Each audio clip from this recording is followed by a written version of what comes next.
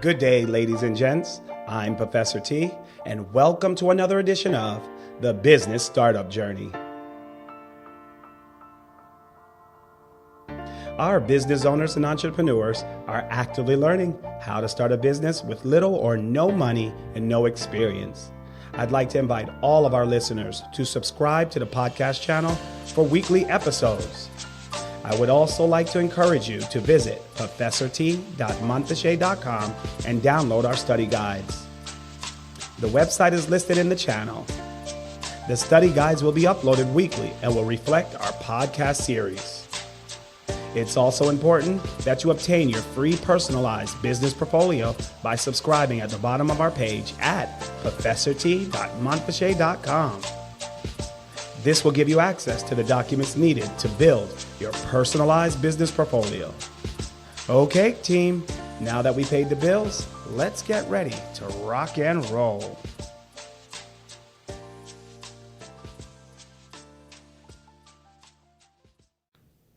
Welcome, guys. I really want to thank everybody for coming back. I've been checking the stats, and we've been getting a lot of interest and a lot of views on the different topics on starting your business and going through the startup business journey. So I just want to thank everyone for tuning in. And today's topic is very important. It's a little lengthy, so really prepare yourself.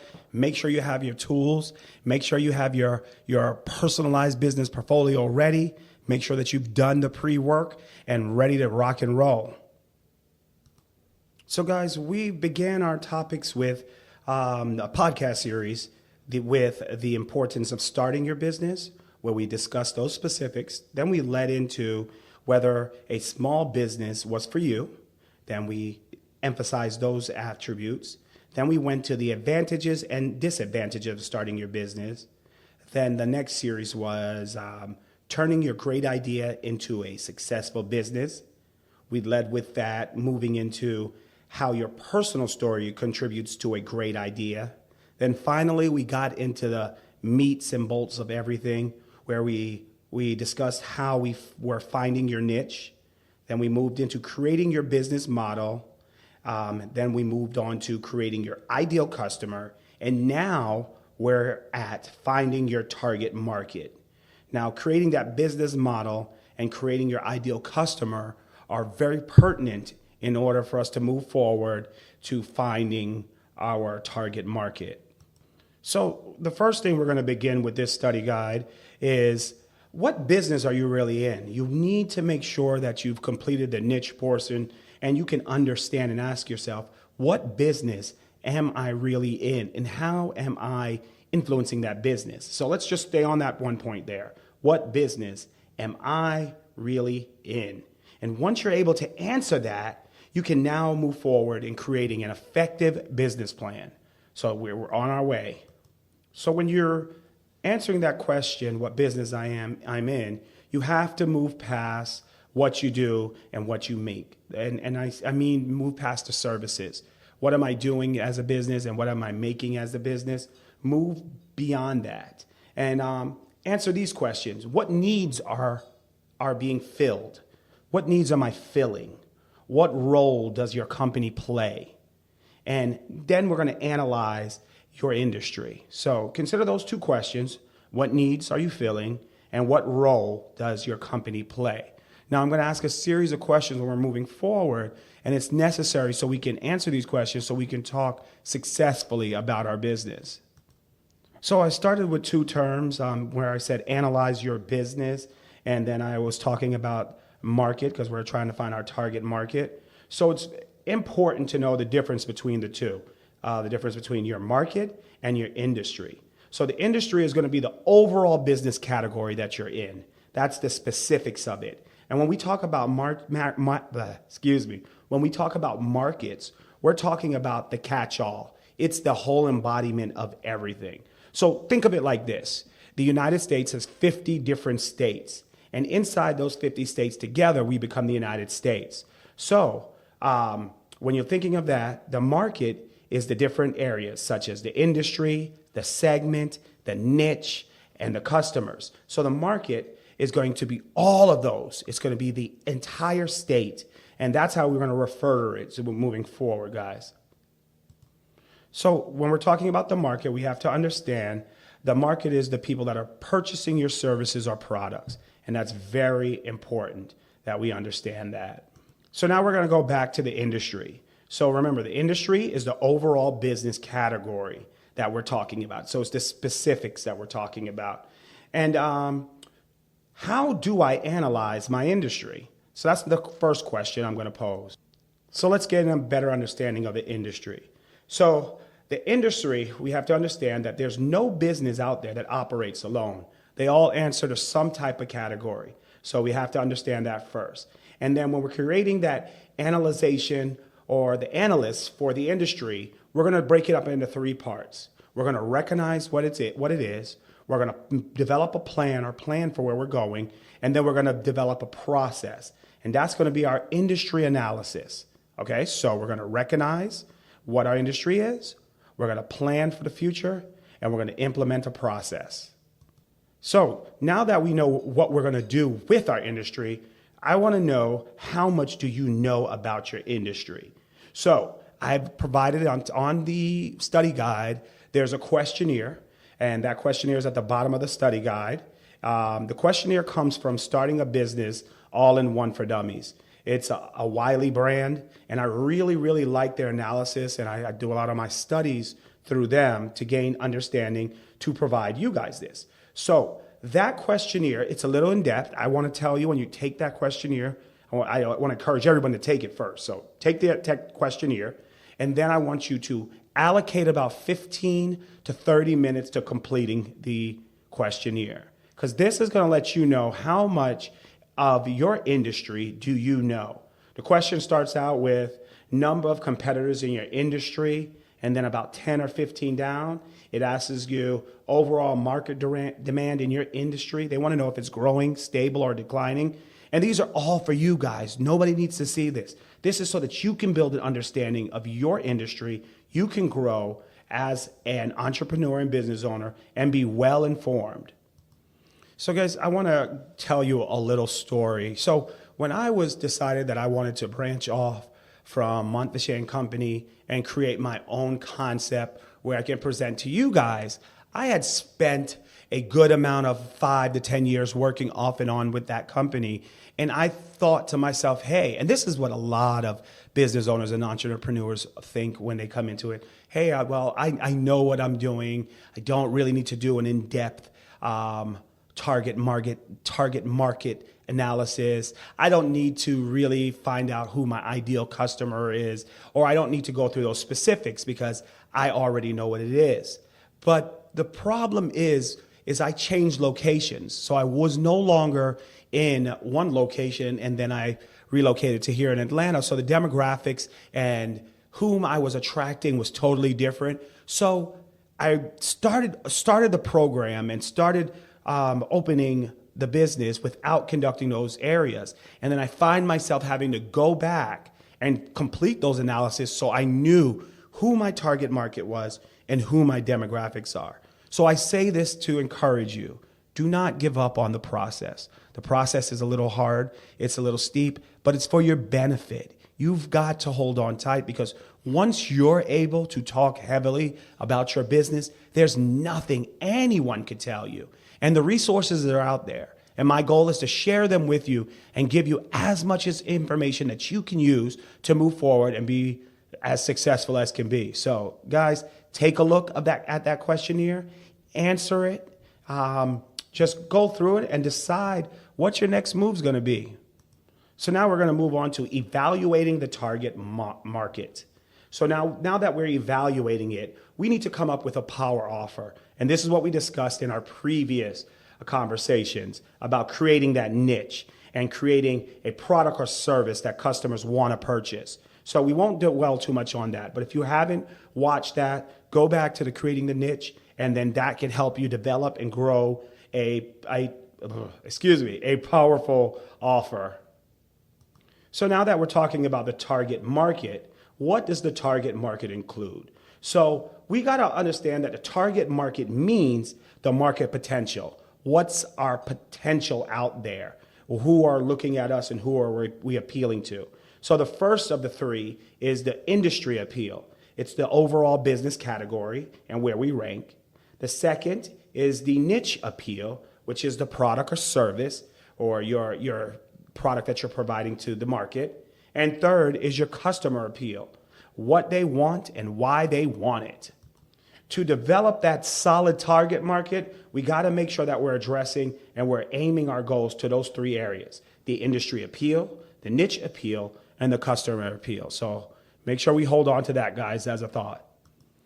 So now that we know who the target market is, our industry appeal, niche appeal, and our customer appeal, who do we include into our target market? Who are we aiming our efforts after?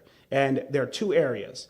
We want to make sure that we're capturing a large market segment, a large part of that segment of the market. So, and we'll talk about segmentation a little bit further down, but just remember that we want to capture a large part of that in order for us to be profitable. And then the other part is we want to make sure that we stand out. And one of the ways of standing out and being different is making sure that we aim our services to the unserved or the underserved. And these are the people that is left out of the equation and the people that are, that we talk to a little bit and we don't aim after a lot. So we want to make sure that we're taking our efforts and we're aiming at that direction so that we are really providing a difference in the market. So when you focus your attentions on the unserved or the underserved portion of the market, and one of the benefits is consumers feel a void. And once that void is met by you, that void goes away. And then you have a loyal customer. And then also you have better opportunities than most because those areas have never been tapped into. So there's really no competition there at that moment. And then the growth potential and less competition. So you have potential to grow in that area largely. And like I said, no competition. So when I was reading, they had told me something that I thought was really, really cool. And I really wanted to share with you guys because I've been doing things like this for a while. And as time change, you have to be willing and able to change with it and know the current status of things. And one of the things that I saw in the reading, it said, we no longer buy products for its features and benefits. We buy them to help us do a specific job. So we really want to make sure that we're not focusing on features and benefits, although we want to make sure that the feature and benefits are included in the package or included in the product or whatever that you're bringing as your niche. But we want to make sure that it's helping individuals do a specific job. So I know I gave you a couple of questions already, but now I have questions regarding the target market that I really want to put out there again to make you think. Half of the time, I'm just giving you things to make your brain think so that you can gain a larger insight of what the market and the segmentation looks like. So, number one, is the niche that you have, which is your product or service, is it big enough to provide a good opportunity for you to enter into the market? Is your niche big enough to provide a good opportunity for you to enter into the market? And I'll say it again, but this time instead of saying niche, I'll say product and service, because that's what you're aiming to do. Is your product or service big enough to provide a good opportunity for you to enter into the market? Question number two, can you create a worthwhile business? And that worthwhile business has to be profitable. So can you create a worthwhile business that's profitable? That's the second question. Number three, can your industry and market create longevity? Can your industry and market create longevity? So remember, we're talking about the industry and the market, the two different areas. Can it create longevity? Because we want to make sure that your business survives past the 5-year threshold and be successful and profitable.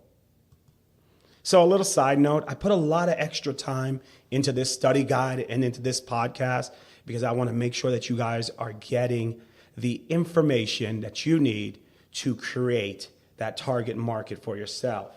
So really hone into a couple of these questions. And, I'm here if you need any questions answered and to move forward on that. But really pay attention to some of the details that are placed into this study guide and into the podcast.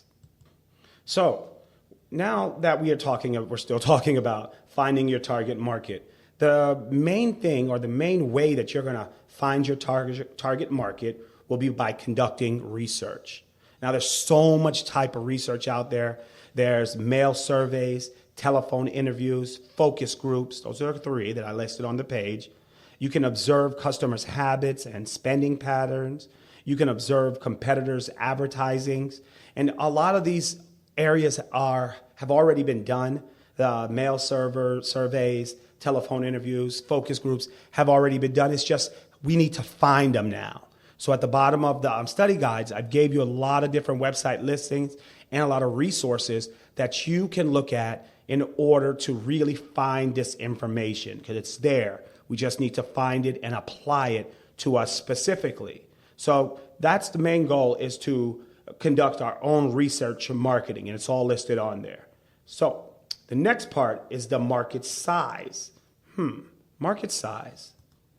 The current size of the market will explain what will happen in the future and over time, in the next 5 years, 10 years. And our goal is to look at that target market and see if we can change the market from small to large in areas that are served or underserved, or even if in its current aspect. We need to find a product or service, remember that's our niche, that no other competitor has done, and apply it to our very own market analysis. So the next part is what I had mentioned earlier, which is called the market segmentation. And the market segmentation determines if sufficient market exists. Is there enough market out there for you to enter in and be successful? So what we do is we conduct a segmentation where we break it down into little parts. And I have a graph that's on there. And that graph was taken from How to Start a Business, a guide for Georgia entrepreneurs. And it was conducted by the Small Business Development Center for the University of Georgia. So that graph shows how they broke down the target market comparison into different segments. So they broke it down into region, rural areas, climates, territories, employees, revenue, age, gender, family life, occupation. So the list goes on. So there's an example on there already. And the idea is when you break down, when you're breaking it down into segmentation and you're determining if there's enough market for you to there, you have to focus on a specific areas. And I would recommend, and this is the most common, that you focus on your potential buyers, first off. So you're focusing on your potential customer or your ideal customer, and you're focusing on the customer's purchasing behaviors or product usage. And these are the most common of the two, of the couple of things that are out there. So you can focus on their purchasing behavior or their product usage. Choose variables that are most impactful for you and your group. So that's where you, as a business owner and an entrepreneur, has to make the decision and decide which area affect for me. All right, guys, so I broke down some key areas in the finding your target market, and I gave you a really clear path on how you should go ahead and start conducting your target market and filling out those information. Now, on the bottom of the study guide, it says, where can I find resources for specific industries?